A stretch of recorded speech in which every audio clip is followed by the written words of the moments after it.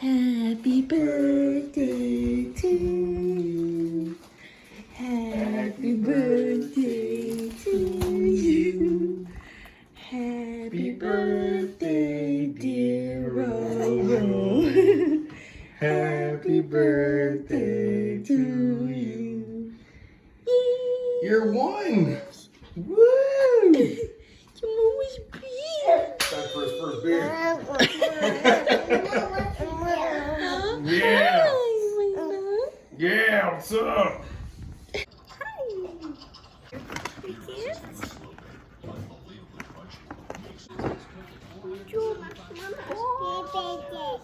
Yes, in a minute, baby, okay? So, Roro loves to play with balls. That's like his favorite toy.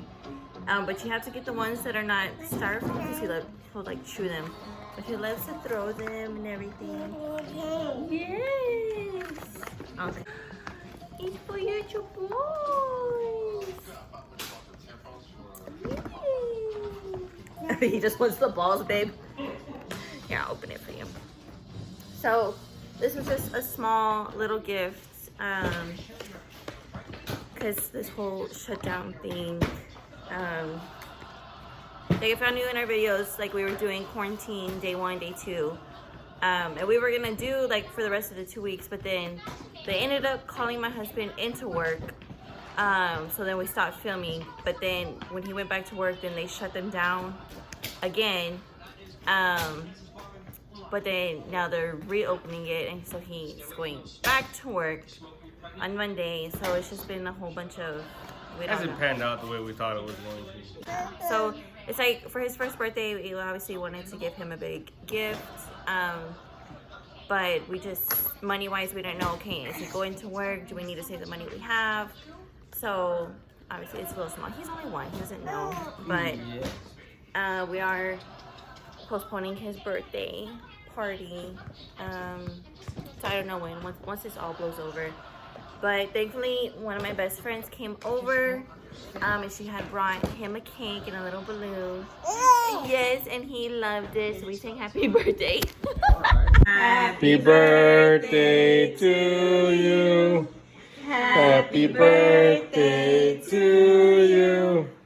Happy birthday, little Roro. Happy birthday to you.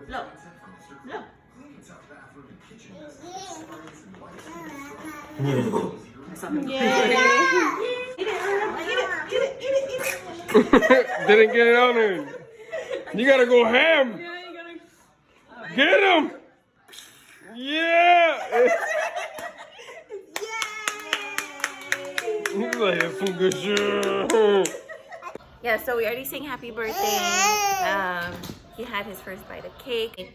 I was gonna make him another cake for today, but I don't want that to be too much sugar. Yeah, sugar overload for him. He's not really adjusted to a lot of sugar. So. Yeah, because we don't really give him a lot of sugar.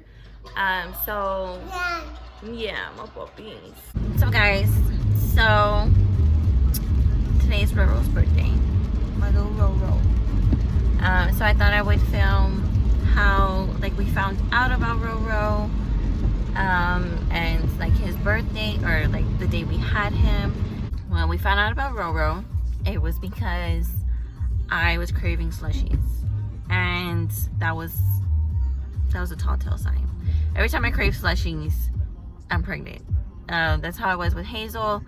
And so I was like, babe, I really want a slushie. And it has to be blue raspberry from 7-Eleven. Those are my favorite slushies. So he was like, you better not be pregnant, you better be pregnant. It was like a week straight. Yeah. She kept asking me for one on the way home, and I didn't care. I was like, yeah, stop. And then finally I snapped on the way home. I was like, oh, I remember why she wanted slushies. So Prego. they always say, like, you get your best pee in the morning. So I woke up before he woke up for work, and I went to go take it, and then I saw that it was like positive. Like, I wanted to surprise him, so I hid it behind our toilet, and I went to go lay in the bed, and he just knew. He was like, what's wrong? What's wrong? I was like, nothing. I was just laying there. And I told him, I was like, I'm pregnant. And There's no way she could hide it. so, it was like a day later, 2 days later, we went to go tell your dad. We told him on a Sunday. Yeah. Because I was like, dude, the first person that has to know has to be my pops. We were like so excited to tell him that we didn't like plan like something like big or like a reveal for him. I called him. I was like, hey, Pop, what are you doing Sunday? He's like, I don't know. We'll just be here at the house. We'll probably throw some meal on the pit, you know? It's like, all right, cool. We'll be over there.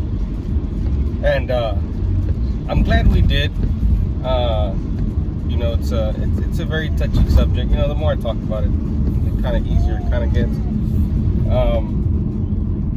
But we went, you know, and we told him and told my mom, my stepmom, and then, you know, we were trying to like, I don't know, we were trying to be cute about it. You know, I had taken a picture on my phone, and then I had showed it to my dad. And then I told him, I was like, what does that look? Do you guys see two lines?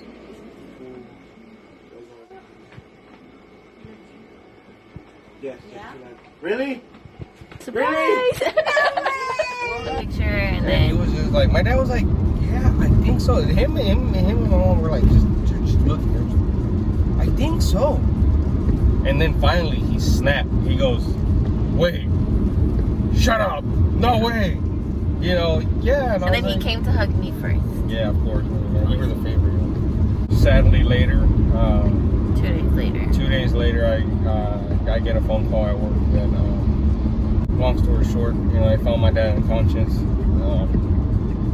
and he had, well, we think he probably had a heart attack, and he passed away 2 days later. I was scared when his dad passed away, because we were just crying like a month straight, just crying. I was scared that I was gonna have a miscarriage. I'm so crying. But fuck. Yeah, so when we wanted to find out about Roro as soon as we could, because we wanted to see if it was gonna be a boy. So we went to one of those places where you could find out the gender quick. So we had a small little gender reveal. It was hard because like I didn't really post about my pregnancy because I felt like it was like guilty. Like I felt bad for being happy, like anytime I was happy. So we never posted about it. We had like a small gender reveal with like immediate family, and that day was hard too. You know, once we found out it was a boy. I have Roros. So I was 38 weeks. I went in for my 38-week appointment. And that was the one appointment. I was gonna have 2 appointments that day.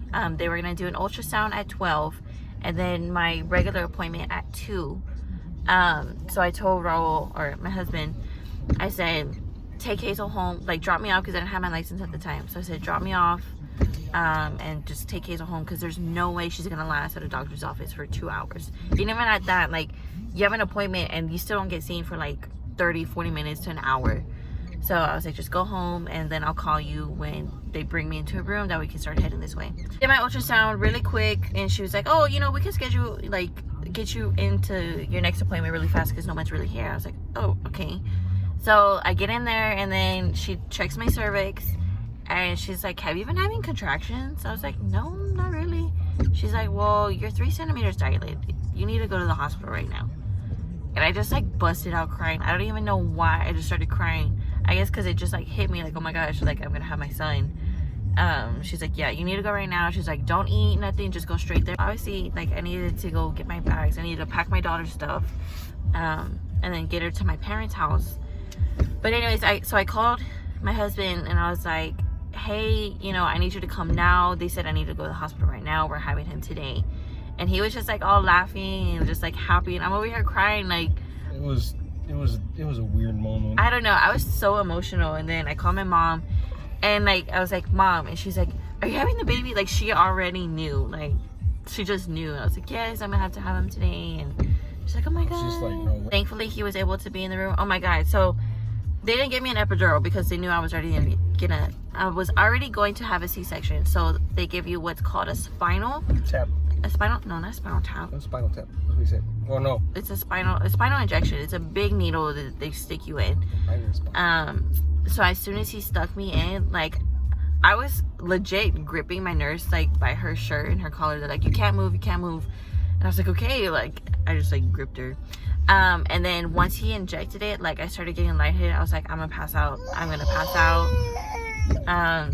He's like, okay. So they laid me down, and I legit almost passed out. Like my vision got so blurry, and I remember him yelling at the nurse. He's like, we need such and such in this cart. This is what an emergency cart is for. Why don't you get it? And didn't you say you saw them running out?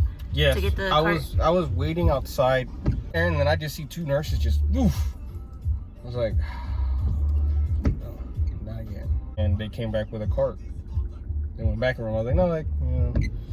I was like, man, I don't know if that's her. Finally, I see the doctor. She comes out. She goes, are you ready? It's like, oh shit, this is happening. I was like, yes, I am ready. Well, before all of this even started, they told me, you go in the room, do not say, wow, that looks like it hurts. He goes, because we will kick you out, you know? And now that we're out of the hospital, I can say it was really graphic. You saw my like guts. I tell her all the time, you know, thank you for going through that, you know, because you see that me and bro filleted. They had her sliced open, and then two doctors get on both sides of her and they start wrenching. Her stomach open. And you're like, oh, in my head, I'm like, what the? Whoa, that's crazy. Yeah, I could feel the whole tugging. Like, you don't feel the slicing, but you just feel like you're constantly like. And you see Vandy put on one side of her, tiny lady, and then you see this gigantic 6'2" monster on the other side of her. And then when they start wrenching her, I'm like, oh God, like, man. Like, here comes little Raul. And then she pulled him out, right? See his little pale skinned baby covered in white fat. They kind of shake him by his leg, kind of wake him up, smack him on the bottom a couple times. And then he just starts crying. Just like that. Yep, just like that. No, so they were gonna cut Roros' umbilical cord, and he grabbed the scissors. He grabbed the nurse's hand. Like, she was like, okay, I'm gonna cut it. And he grabbed their hand, like, what are you doing? You know, it was hilarious. I wish I could take a picture, but we couldn't have a video camera or anything. When they pulled him out, they started singing happy birthday. And I was very emotional. I bursted out crying. We like both were just crying. And it was funny because the anesthesiologist, he was like, wow, he's like, this whole time, he's like, before the baby came out, you've had like a mean face, you haven't said nothing. He's like, this is the first time I've seen you smile. Like, no shit, like. Yeah, my son was born. Not over here yanking on me. You want me to smile? But I was just so happy to see my son. You know, it was, you know, me and him had like a little staring match. A little bonding moment. A little bonding moment. You know, I took a lot of pictures. You know, and he was quiet. There are other babies crying behind him. He was quiet the whole time. He didn't cry. He didn't say one peep. He was just staring at me. You know, and I knew that he knew. You know, like, hey, that's my dad. You know, and it was just weird. You know, it was beautiful. You know, and then here comes mom. You know, Mama Bear rolls out of the OR, and I can tell she's in a crap ton of pain. Yeah. I'd go for a couple hours, and then I'd come back, pick up Hazel, and until that point, Hazel had never been away from mom to sleep at night by herself until that happened. So that was a fun-filled adventure, that in itself. It's just crazy that now we look back on all those memories and you're like, man. And now we contemplate a third one. We'll see. So yeah, I think that's it for this video. Roro, if you're seeing this in like 20 years, 30. Like, so happy birthday, Roro, and we love you. We love you. Thank you for being a good baby sometimes. Thank you so much. Thank you for being Yes, my puppy. So I take a handful. God bless you. It's fine. All right, bye. Bye. Click.